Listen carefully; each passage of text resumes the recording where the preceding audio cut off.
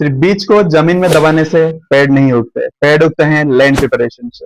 ये एक साइंस है जिसमें अंदर की मिट्टी को नरम किया जाता है ताकि रूट पेनिट्रेशन जड़ें अंदर तक जाए और प्लांट आपका मजबूत बने। 90% फार्मर्स रोटावेटर का गलत इस्तेमाल करते हैं। उनको कोई नहीं बताता कि कौन से मिट्टी में कैसे रोटावेटर चलाना चाहिए, और रोटावेटर ज्यादा चलने से मिट्टी ऊपर नीचे हो जाती है, उसको वापस ठीक करना बहुत मुश्किल हो जाता है। क्या होता है ना कि उसमें गड्ढे बन जाते हैं मिट्टी के बहुत नरम होने से, और वहां पे पानी जम जाते हैं।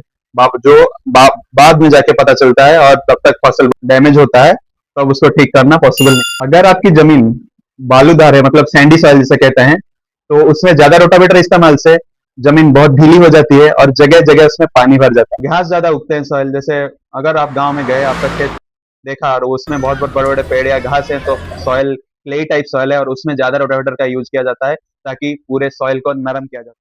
लैंड प्रिपरेशन होता है 3 स्टेप में। पहला डिस्क प्लाव का यूज होता है, फिर रोटावेटर का यूज होता है, फिर कल्टीवेटर का यूज होता है, और जिससे लैंड एकदम तैयार होता है आपकी नेक्स्ट स्टेप। आज आपको मैं 2 इंपॉर्टेंट चीजें बताऊंगा। पहला कि डीप प्लाविंग क्या होती है, दूसरा कि प्लाविंग का सीक्वेंस, जो मशीन आप लगाएंगे, कौन सी सीक्वेंस के बाद कौन सा मशीन लगाएंगे, ये सबसे जरूरी होता है। तो डीप प्लाविंग का डेप्थ आप 25 से 30 cm के अंदर रख सकते हैं। ये हम जो अभी मक्की की खेती या भुट्टा की खेती कर रहे हैं उसके लिए परफेक्ट होती है, क्योंकि भुट्टे का जो रूट जोन होता है वो 25 से 30 cm मिट्टी के अंदर दबा रहता है, उससे ज्यादा नहीं जाता है। उसी के अंदर वो न्यूट्रिएंट का अपटेक करता है और उसी के अंदर उसका ग्रोथ सबसे सस्टेनेबल। देखिए, रोटावेटर के इस्तेमाल से पहले आपकी जो सॉइल है वो ऐसे मुट्ठी की तरह सख्त होती है, उसमें कुछ भी डालने का कोशिश करे वो अंदर नहीं जाएगा। पर रोटावेटर के इस्तेमाल के बाद जो आपको बड़े ढीले होते हैं वो मुलायम हो जाते हैं, नरम हो जाते हैं, और आपका मिट्टी जो लैंड है, वो ये जो लैंड प्रिपरेशन था वो शुरू हो गया था 8 या 10 मार्च को। और चलिए देखते हैं क्या हुआ था। जैसे ही बड़े लोगों ने कहा है, चलिए शुरू करते हैं।